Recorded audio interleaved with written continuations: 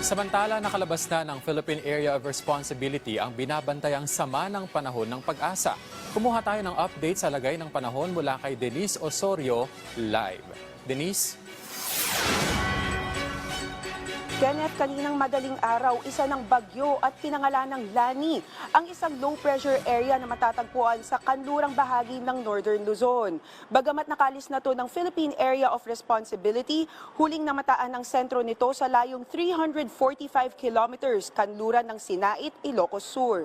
Pero may sama ng panahon pa ring iiral sa silangang bahagi ng Luzon.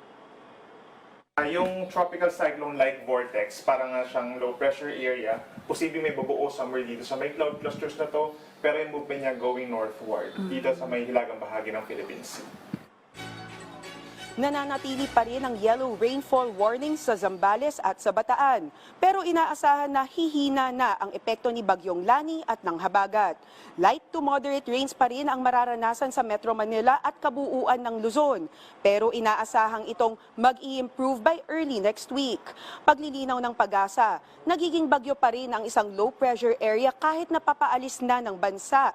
Dahil sa lakas ng hangin nito, bilis ng paggalaw, kakapalan ng lupa ng ulap, yung pressure at dapat mukhang umiikot ito. Mas mataas ang chance na ang mga low pressure area ay nagiging bagyo kapag nasa dagat siya. Kasi yung dagat is generally mainit sa paligid ng Pilipinas. Isa yan sa mga malaking factors para mag-enhance yung isang weather disturbance. Okay. Sa dagat naman, maaalo ng seaboard ng Ilocos na posibleng umabot sa 3 metro ang taas ng alon. Payo ng mga eksperto, huwag munang pumalaot ang maliliit na bangka at mga motorbangka.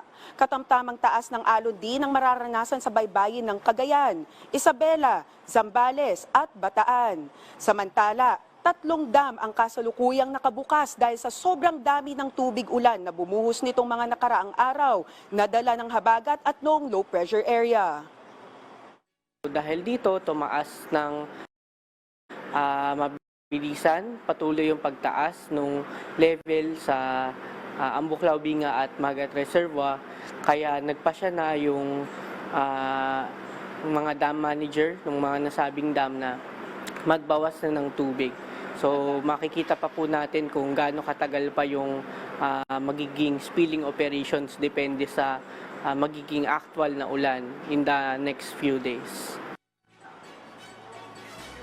Maapektuhan ng Ambuklao Dam at Binga Dam ang barangay Ambuklao sa bayan ng Bokot, Benguet at ang barangay Dalupirip at barangay Tinongdan naman sa Itogon. Para sa Magat Dam, dadaloy ang pinakawalang tubig sa Magat River na dadaan ng mga bayan sa Isabela at Ifugao. Maapektuhan ang mga bayan ng Ramon, San Mateo, Aurora, Cabatuan, Luna, Reyna Mercedes, Burgos, Nagilian at Gamu at ang bayan ng Alfonso Lista sa Ifugao. Kailangan na po ng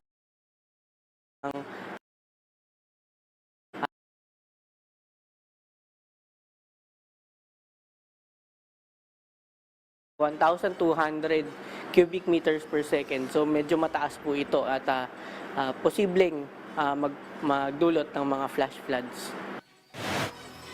Para dito naman sa Metro Manila, mabababa ang mga water level ng mga ilog tulad ng Pasig, Marikina at Tulyahan. Kaya hindi inaasahang magkakaroon ng mga pag-apaw ng mga ito. Dagdag ni Pamintuan, urban flooding ang kailangang pagtuunan ng pansin dahil sa pagiging konkreto at aspalto ng mga kalsada at kakulangan na ng lupang sisip-sip sa tubig ulan, kung kaya't kailangang siguraduhin ng mga LGU na hindi nabarado ang kanilang mga drainage systems para hindi bumaha. Kenneth, inaasahan ng Pag-asa na mayroon pang 5 hanggang 11 pang mga bagyong dadaan sa bansa bago matapos ang taon. Posible rin magkaroon ng short-lived La Nina sa last quarter ng taon, that is October, November, and December. At ang mga apektado ay ang eastern section ng bansa. Yan ang pinakauling balita mula rito sa Pag-asa. Balik sa iyo, Kenneth. Maraming salamat, Denise Osorio.